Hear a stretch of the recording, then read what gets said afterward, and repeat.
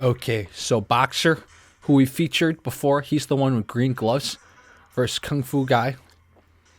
Boxer's a semi-pro. That was a jab to a hook to the body. Kung Fu Guy trying different angles, not angles, but different levels of his strike, right? He's got one hand there to protect his chin.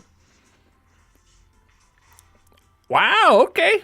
Certain circular techniques that we don't really see in boxing. Look at that. So far, there's a little, even a forearm shove a little bit. Boxpan, Xiaopan, has done really well with the shots to the body. So far, the Kung Fu Guy has mostly, okay! Those were some really cool hammer fist techniques. Yeah, Chui. Usually hammer fists are called Chui. So, okay, he did a double hammer fist on Boxpan. Wow. How epic is this, man? So, you could argue that in the grand scheme of things, these hammer fists don't do too much damage. I mean, that one did. But, so, back to back, this was the first guy. You have a minute of rest, and then Boxpan is going to take on the second guy. So, second Kung Fu Guy. Another camera angle, interesting. So, a little bit of, okay, it looks like they train at the same school, these two guys that sparred Boxpan. Man.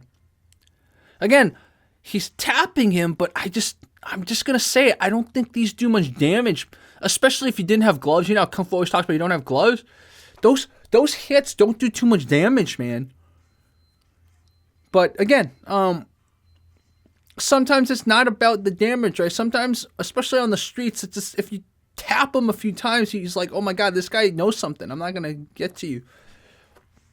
So, again, he's got volume, but he doesn't have the strength. Oh, that was head off center line cross that Boxpan threw. He doesn't have the power in his strikes. Oh, okay, a cross to the body. Another cross to the body, man. Oh, a jab to the face. Okay, so far, Boxpan, I mean, the other guy put up a good fight, but I think Boxpan has won the first exchange, and that was a great little, he stepped out or shuffled out. So I think Boxpan won this one too. I believe that's one of the coaches of this Kung Fu school. So this is pretty epic, guys, that they're willing. This Kung Fu school is willing to kind of test themselves against a boxer. So, okay, this is the third guy. Oh, this guy's flicking upwards some of his strikes. Okay. His face is too open. Yeah, see? Face is too open. See what happens? Boxpan takes advantage of that. Cross straight down the pipe. That might have been a fight ender in a real non-sparring situation. Again, the face open, you got to be careful. And then very few body shots have been defended by any of these Kung Fu guys so far. Again, if he's going to use his forearms and his elbows, I think you might do some damage. But, dude, if you're just peppering with these high velocity, did I say high? Yeah, high velocity, high volume, but very low power punches, hammer fists, whatever you call them, I just don't think like one hook by Boxpan will do more damage than 10 of those. That was a great little hammer fist he got. See, he's already tired. The Kung Fu guy's already gassed himself out, man. Dude, zero defense against body shots, and then face is still open. Boxpan's definitely going to get, uppercut. Missed, but that hook got him. Lead hook got him. Wow.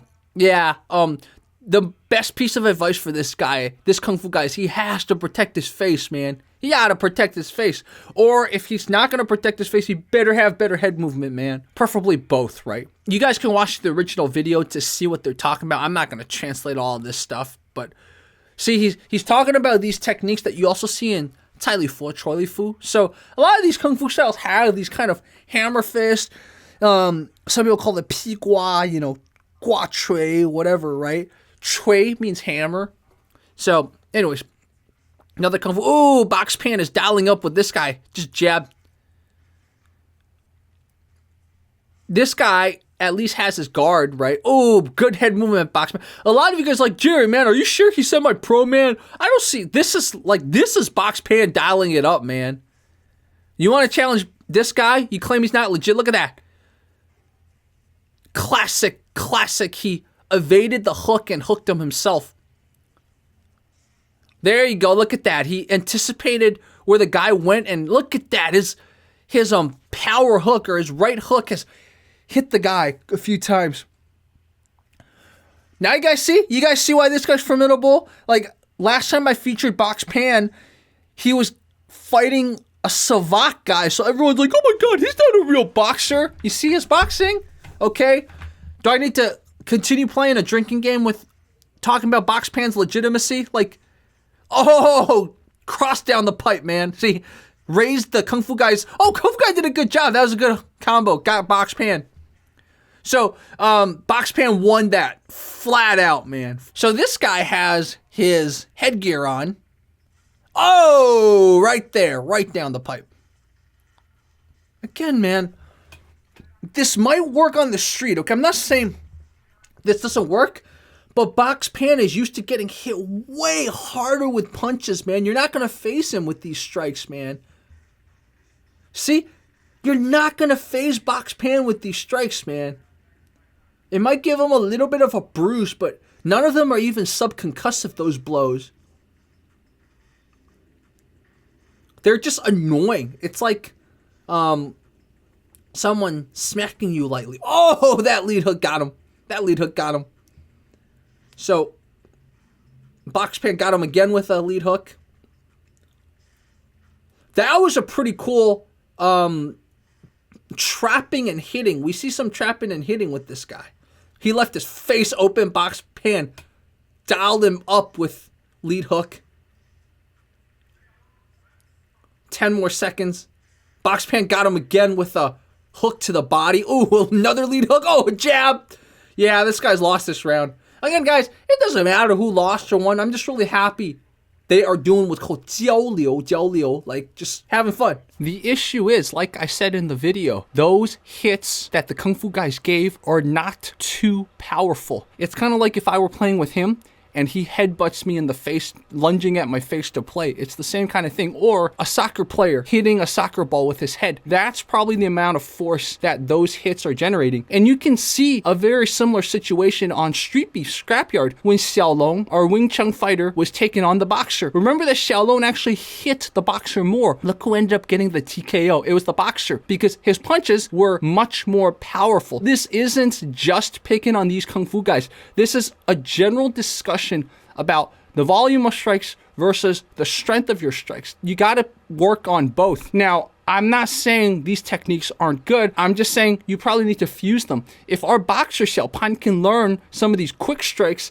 and then follow it up with a really powerful strike, imagine. I am such a big fan of this video. In fact, I even messaged Xiaopan, Boxpan as we say, to tell him that this was such a great episode. So I hope to see more of these, not just on Xiaopan's channel, but on all your channels. So send me your clips, man. I am always on the prowl, always on the lookout for more of these. Teach me. So thank you guys so much. Talk to you guys soon.